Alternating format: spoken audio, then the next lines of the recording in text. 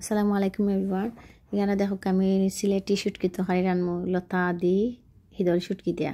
এখানে লতা লইছি 2 প্যাকেট, খাটল বেশি 3 tablespoon onion and garlic থুরা দিছি। এখানে কাঁচা মরিচও দিলাইছি আর নাকা মরিচও দিলাইছি আমি একলগে দিয়া।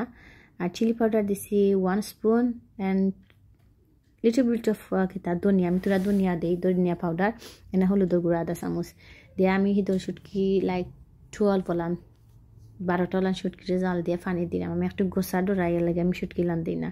এখানে দেখাই আমি বেশ করে রসুন রেলা স্মাশ করলাম দেওয়ালাম তোরা সেসিয়া তোরা ফাঙ্গাস মাছের উপরে তুই ফাঙ্গাস মাছের লাগে দিম। এখানে ফাঙ্গাস মাছ এটা ফাঙ্গাস মাছ দি আর লতা দি শুটকি দিয়ে রান দেখাইয়া দেখবা যে মজা হয়। আমি বাংলাদেশে গেছিলাম হলিডেত আর আমার বাবি আসনে রাঁধছিলা, যে মজা হয়েছে লাইক আনবিলিভেবল টেস্টি মাশাআল্লাহ আলহামদুলিল্লাহ।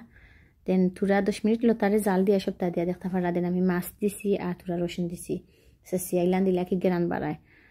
আরও মাছ দিয়ে আরও 15 মিনিট চলান আমি কুক করবো। কুক করার বাদে লুক দিয়ে কুক কাকিলান কালার হয়েছে মাশাআল্লাহ সুবহানাল্লাহ, দেখতে যে মজা হয়েছে খাইতেও লান মজা হয়েছে।